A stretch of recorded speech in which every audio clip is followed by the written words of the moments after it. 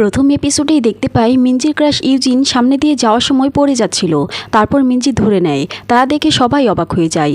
মিঞ্জি বলে, তুমি ঠিক আছো তো? ইউজিন বলে, তারপর হানজুমা বলে, এত চিন্তা করো না, ইউজিন এমনই। তারপর হাইজুন বলে, আমি ওর হয়ে ক্ষমা চাইছি। ন্যাঞ্জি বলে, ইউজিন ও হাইজিন কাজিন হয়, কিন্তু তারা দুজন দুরকমেরই। ন্যাঞ্জি আরও বলে, হাইজুন হলো পুরো ক্লাসের প্রেসিডেন্ট। সে খুব ভালো স্টুডেন্ট, যেমন ভালো তেমনই ভদ্র একটা ছেলে, ঠিক রোমান্টিক মুভির হিরোর মতো। তারপর ক্লাসে হাইজুন সবাইকে অ্যাসাইনমেন্টের কথা বলে, আর হাইজুন মিঞ্জির কাছে যায় আর বলে, তুমি অ্যাপ ডাউনলোড করেছো? তারপর হাইজুন মিঞ্জিকে সব বুঝিয়ে দেয়। তারপরের দিন মিঞ্জি ক্লাসে যায় আর ভাবে, আগে ক্লাস করতে আমার ভালো লাগতো না, অন্য ক্লাসে গিয়ে বসে থাকতাম একদম বাচ্চাদের মতো। তখন ন্যাঞ্জি বলে, মিঞ্জি আমি তোমার জন্য সিট রেখেছি। মিঞ্জি খুশি হয়ে বলে, আমার জন্য? তারপর পিছনে তাকাতেই দেখে তার গুমরা মুখ ইউজিন দাঁড়িয়ে আছে। তারপর কিম সিংসু মিঞ্জিকে বলে, তুমি হানজুমার ফ্রেন্ড মানে আমারও ফ্রেন্ড। আর ইউজিন ও মিঞ্জিকে দেখে বলে, তোমাদের প্রবলেম আমি বুঝতে পেরেছি, দাঁড়াও তোমাদের সিট খুঁজে দিচ্ছি। পিছনে টিচার বলে, সবারই নিজস্ব সিট আছে, যাও। তারপর আমরা দেখতে পাই, কি ইউজিন ও হাইজুনের সিট তো পাশাপাশি। কিম সিংসু দেখে অন্যদের বলে, দেখো দুজনকে কি সুন্দর মানিয়েছে।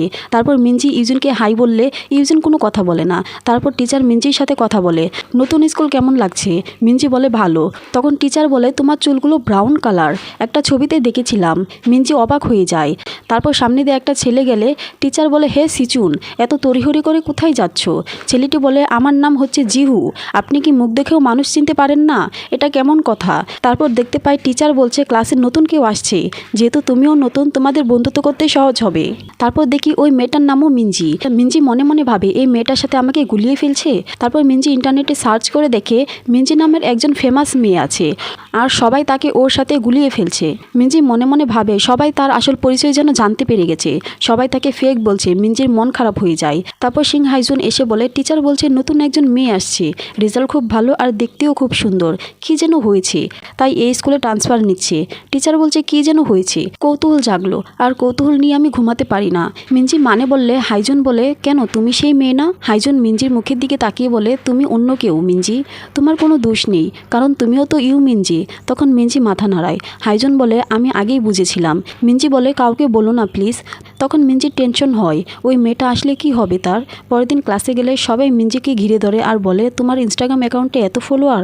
সবাই তাকে ফলো করে আর বলে, আমাকে ফলো ব্যাক করো। তারপর মিঞ্জি বলে, আমি আসলে ইনস্টাগ্রাম এতটাও ইউজ করি না। তারপর দেখি হাইজুন মিঞ্জিকে ছোট কাগজে ইনফরমেশন দিচ্ছে। হাইজুন বলে, আমাকে ধন্যবাদ দেওয়া উচিত না? মিঞ্জি খুশি হয়ে ভাবে, হাইজুন আমাকে হেল্প করছে, তার মানে ও মনে হয় আমাকে পছন্দ করে। তখন হাইজুন বলে, কেন হেল্প করছি জানো? খারাপ লাগছিল, তুমি অনেক চেষ্টা করেছো কিছু একটা করার জন্য, আর তুমি তো আসলে মিঞ্জে, তাই না? তখন মিঞ্জির মনটা ভেঙে যায়। মিঞ্জি থ্যাংক ইউ বলে চলে যাওয়ার সময় ভাবে, ওর চোখে আমি একটা লুজার। আসলেই তো আমি একটা লুজার, ওই মেয়েটার মতো ফেমাস আমি কখনোই হতে পারবো না। মিঞ্জি আগের কথা ভাবে আর বলে, নিজেকে অনেক বদলেছি, অনেক পরিশ্রম করেছি, যেন সব চেঞ্জ করতে পারি। কেন এমন হলো? আমি তো আলাদা মিঞ্জি হয়ে বাঁচতে চেয়েছিলাম। সে অনেক কষ্ট পায় আর ভাবে, পৃথিবী থেকে একদম গায়েব হয়ে যেতে পারতাম, আর স্কুলে যেতে হতো না। তারপর মিঞ্জি একটা দোকানে যায় আর সেখানে তার ক্রাশ ইউজিনের সাথে দেখা হয়। মিঞ্জি বলে, তুমি এখানে কি করছো? তারপর আমরা দেখতে পাই মিঞ্জি যে কান্না করেছিল ইউজিন সেটা দেখেছে, তাই সে ভেবেছিল মিঞ্জি যদি কিছু করে ফেলে। ইউজিন সামনে একটা কিছু দেখিয়ে বলে, এটার জন্য, আমার খুব প্রিয়, ভেবেছি তুমি সব নিয়ে নিয়েছো। ইউজিন বলে, তুমি ঠিক আছো? তারপর মিঞ্জি বলে, আচ্ছা তোমার কখনো এমন ফিল হয়েছে, খুব ভয় হচ্ছে, নিজেকে নিয়ে লজ্জাও পাচ্ছ, আর খুব করে চাইছো এই পৃথিবী থেকে ভ্যানিশ হয়ে যেতে একেবারে?